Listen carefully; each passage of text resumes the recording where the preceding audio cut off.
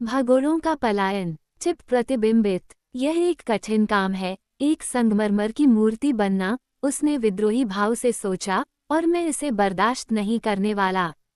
वह कहती है कि मैं सालों से उसके लिए परेशानी का सबब बना हुआ हूँ, इसलिए वो मुझसे छुटकारा पाना चाहती है। खैर, एक मूर्ति बनने से भी आसान तरीका है। कोई भी लड़का फूलों के बगीचे के बीच में हमेशा के लिए खड़ा होकर मज़ा नहीं ले सकता। मैं भाग जाऊंगा, यही मैं करूंगा, और इससे पहले कि वो मुझे केतली में वो गंदा पदार्थ पिलाए, मैं भाग जाऊं। उसने तब तक इंतजार किया जब तक कि बूढ़ी चुड़ैल की खर्राटों ने यह नहीं बता दिया कि वो गहरी नींद में सो रही है, और फिर वह धीरे से उठा और खाने के लिए कुछ ढूंढने के लिए अलमारी में गया। भोजन के बिना यात्रा शुरू करने का कोई फायदा नहीं है, उसने संकीर्ण अलमारियों पर नजर डालते हुए फैसला किया। उसे कुछ ब्रेड के टुकड़े मिले, लेकिन उसे मोम्बी की टोकरी में देखना पड़ा ताकि वो पनीर ढूंढ सके जो वह गांव से लाई थी। टोकरी की सामग्री पलटते समय उसे मिर्च का डिब्बा मिला जिसमें जीवन का पाउडर था। मैं इसे अपने साथ ले जा सकता हूँ, उसने सोचा, नहीं तो मोम्बी इसका इस्तेमाल और भी शरारतें करने के लिए करेगी। इसलिए उसने डिब्बे को अपनी जेब में रख लिया, साथ में ब्रेड और पनीर भी। फिर वह सावधानी से घर से बाहर निकल गया और अपने पीछे दरवाज़ा बंद कर लिया। बाहर चांद और तारे दोनों चमक रहे थे, और बंद और बदबूदार रसोई के बाद रात शांतिपूर्ण और आकर्षक लग रही थी। मुझे यहाँ से चले जाने में खुशी होगी, टिप ने धीरे से कहा, क्योंकि मुझे वह बूढ़ी औरत कभी पसंद नहीं आई। मुझे आश्चर्य है कि मैं उसके साथ कैसे रहने लगा। वह धीरे धीरे सड़क की ओर बढ़ रहा था जब एक विचार ने उसे रुकने पर मजबूर कर दिया। मैं जैक पंपकिनहेड को बूढ़ी मोम्बी की दया पर छोड़ना पसंद नहीं करता, उसने बुदबुदाया। और जैक मेरा है, क्योंकि मैंने उसे बनाया है, भले ही बूढ़ी चुड़ैल ने उसे जीवित कर दिया हो। वह अपने कदम वापस गायों के तबेले की ओर बढ़ा और उस तबेले का दरवाजा खोला जहां कद्दू के सिर वाले आदमी को छोड़ा गया था। जैक स्टॉल के बीच में खड़ा था, और चांदनी में टिप देख सकती थी कि वो हमेशा की तरह ही प्रसन्नतापूर्वक मुस्कुरा रहा था। आओ, लड़के ने इशारे से कहा। कहाँ? जैक ने पूछा। जैसे ही मुझे पता चलेगा, तुम्हें भी पता चल जाएगा, टिप ने कद्दू के चेहरे पर सहानुभूतिपूर्वक मुस्कुराते हुए उत्तर दिया। अब हमें बस घूमना है। बहुत अच्छा, जैक ने कहा, और अजीब तरह से अस्तबल से बाहर निकलकर चांदनी में चला गया। टिप सड़क की ओर मुड़ा और आदमी उसके पीछे पीछे चला। जैक एक तरह से लंगड़ा कर चल रहा था, और कभी कभी उसके पैरों का एक जोड़ आगे की ओर मुड़ने के बजाय पीछे की ओर मुड़ जाता था, जिससे वह लगभग गिर जाता था। लेकिन कद्दू के सिर वाले ने जल्दी ही इस बात को नोटिस कर लिया, और सावधानी से कदम बढ़ाने के लिए और अधिक प्रयास करना शुरू कर दिया, इसलिए उसे कम ही दुर्घटनाएं झेलनी पड़ीं। टिप ने उसे बिना रुके रास्ते पर आगे बढ़ाया।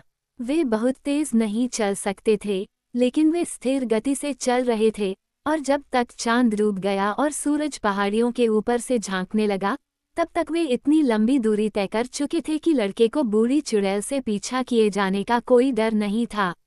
इसके अलावा वो पहले एक रास्ते पर मुड़ा और फिर दूसरे पर, ताकि अगर कोई उनका पीछा करे तो यह अनुमान लगाना बहुत मुश्किल हो जाए कि वे किस रास्ते से गए हैं या उन्हें कहाँ ढूंढना है। इस बात से संतुष्ट होकर कि कम से कम कुछ समय के लिए तो वह बच निकला, संगमरमर की मूर्ति में बदल जाने के कारण लड़के ने अपने साथी को रोका और सड़क के किनारे एक चट्टान पर बैठ गया। चलो कुछ नाश्ता कर लें, उन्होंने कहा। जैक पंपकिनहेड ने टिप को उत्सुकता से देखा, लेकिन खाने में शामिल होने से इनकार कर दिया। मुझे लगता है कि मैं आपकी तरह नहीं बना हूँ, उसने कहा। मुझे पता है कि तुम नहीं हो, टिप ने जवाब दिया, क्योंकि मैंने तुम्हें बनाया है। ओह, क्या तुमने ऐसा किया? जैक ने पूछा। जरूर, और तुम्हें जोड़ा, और तुम्हारी आंखें, नाक, कान और मुंह तराशें, टिप ने गर्व से कहा। और तुम्हें कपड़े पहनाए। जैक ने अपने शरीर और अंगों को आलोचनात्मक दृष्टि से देखा। उन्होंने कहा, मुझे लगता है कि आपने ये काम बहुत अच्छे से किया है। बस इतना ही, टिप ने विनम्रता से उत्तर दिया, क्योंकि उसे अपने वाहन के निर्माण में कुछ खामियां नजर आने लगी थीं। अगर मुझे पता होता कि हम साथ साथ यात्रा करने जा रहे हैं तो मैं थोड़ा और खास हो जाता। तो फिर, कद्दू मुखिया ने आश्चर्य व्यक्त करते हुए कहा, आप ही मेरे निर्माता, मेरे माता पिता, मेरे पिता होंगे। या फिर तुम्हारा आविष्कारक, लड़के ने हंसते हुए जवाब दिया। हाँ बेटा, मुझे सच में लगता है कि मैं ही हूँ। तो फिर मैं आपकी आज्ञाकारिता का ऋणी हूँ, आदमी ने आगे कहा, और आप भी मेरा समर्थन करने के ऋणी हैं। ठीक यही है, टिप ने उछलते हुए कहा। तो चलो चलें, हम कहाँ जा रहे हैं? जैक ने पूछा, जब उन्होंने अपनी यात्रा पुनः शुरू की। मुझे ठीक से पता नहीं है, लड़के ने कहा, लेकिन मेरा मानना है कि हम दक्षिण की ओर जा रहे हैं, और यह हमें देर सवेर एमरल्ड सिटी तक ले जाएगा। वह कौन सा शहर है? कद्दू सिर ने पूछा। क्यों, यह उसकी भूमि का केंद्र है और पूरे देश का सबसे बड़ा शहर है। मैं खुद कभी वहां नहीं गया, लेकिन मैंने इसके इतिहास के बारे में सब कुछ सुना है। इसे ओज नामक एक शक्तिशाली और अद्भुत जादूगर ने बनवाया था, और वहाँ की हर चीज़ हरे रंग की है, ठीक वैसे ही जैसे गिलिकिंस के इस देश में हर चीज़ बैंगनी रंग की है। क्या यहाँ सब कुछ बैंगनी है? जैक ने पूछा। बेशक, ऐसा ही है। क्या तुम देख नहीं सकते?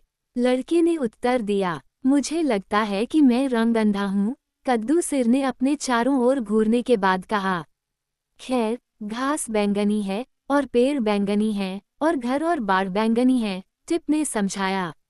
यहाँ तक कि सड़कों पर कीचड़ भी बैंगनी है। लेकिन एमरल्ड सिटी में जो कुछ भी बैंगनी है वह हरा है। और मंचकिंस के देश में, पूर्व में, सब कुछ नीला है, और क्वाडलिंग्स के दक्षिण देश में सब कुछ लाल है, और विंकीज के पश्चिम देश में, जहाँ टिन वुडमैन शासन करता है, सब कुछ पीला है। ओह, जैक ने कहा। फिर, कुछ देर रुकने के बाद, उसने पूछा, क्या तुमने कहा कि टिन वुडमैन विंकीज पर राज करता है? हाँ, वो उन लोगों में से एक था, जिन्होंने पश्चिम की दुष्ट चुड़ैल को नष्ट करने में डोरोथी की मदद की थी, और विंकीज इतने आभारी थे कि उन्होंने उसे अपना शासक बनने के लिए आमंत्रित किया, ठीक उसी तरह जैसे एमरल्ड सिटी के लोगों ने बिजुका को उन पर शासन करने के लिए आमंत्रित किया था। यार, जैक ने कहा, मैं इस सारे इतिहास से भ्रमित हो रहा हूँ। बिजुका कौन है? डोरोथी की एक और दोस्त, टिप ने उत्तर दिया। और डोरोथी कौन है? वो एक लड़की थी जो कैंसस से यहाँ आई थी, जो कि बाहरी दुनिया का एक बड़ा स्थान है। वो एक चक्रवात के कारण उसकी भूमि पर पहुंच गई थी, और जब वो यहाँ थी तो स्केरक्रो और टिन वुडमैन उसकी यात्रा में उसके साथ थे। और अब वो कहाँ है? कद्दू सिर ने पूछा। लड़के ने कहा, ग्लिंडा द गुड, जो क्वाडलिंग्स पर शासन करती है, ने उसे फिर से घर भेज दिया। ओह, और बिजुका का क्या हुआ? मैंने तुमसे कहा था, वह एमरल्ड सिटी पर शासन करता है, टिप ने उत्तर दिया। मैंने सोचा था कि आपने कहा था कि यह एक अद्भुत जादूगर द्वारा शासित है, जैक ने आपत्ति जताते हुए कहा, और अधिक से अधिक भ्रमित होता हुआ प्रतीत हुआ। ठीक है, मैंने ऐसा ही किया। अब, ध्यान से सुनो, और मैं तुम्हें समझाता हूँ, टिप ने धीरे से कहा और मुस्कुराते हुए कद्दू के सिर की आंखों में सीधे देखते हुए कहा। डोरोथी जादूगर से उसे वापस कैंसस भेजने के लिए कहने के लिए एमरल्ड सिटी गई थी, और बिजुका और टिन वुडमैन उसके साथ गए थे। लेकिन जादूगर उसे वापस नहीं भेज सका, क्योंकि वह उतना जादूगर नहीं था जितना वह हो सकता था। और फिर वे जादूगर पर गुस्सा हो गए, और उसे बेनकाब करने की धमकी दी, इसलिए जादूगर ने एक बड़ा गुब्बारा बनाया और उसमें भाग गया, और तब से उसे किसी ने नहीं देखा। अब, ये बहुत ही रोचक इतिहास है, जैक ने प्रसन्न होकर कहा, और मैं इसकी व्याख्या को छोड़कर बाकी सब कुछ अच्छी तरह से समझ गया हूँ। मुझे खुशी है कि तुमने ऐसा किया, टिप ने जवाब दिया। जादूगर के चले जाने के बाद, एमरल्ड सिटी के लोगों ने महामहिम बिजुका को अपना राजा बना लिया, और मैंने सुना है कि वह बहुत लोकप्रिय शासक बन गया। क्या हम इस विचित्र राजा को देखने जा रहे हैं? जैक ने दिलचस्पी से पूछा। मुझे लगता है कि हम भी ऐसा ही कर सकते हैं, लड़के ने उत्तर दिया, जब तक कि आपके पास कुछ बेहतर काम न हो। अरे नहीं, प्यारे पिताजी, कद्दू के सिर वाले ने कहा। मैं जहाँ भी आप चाहें वहाँ जाने को तैयार हूँ।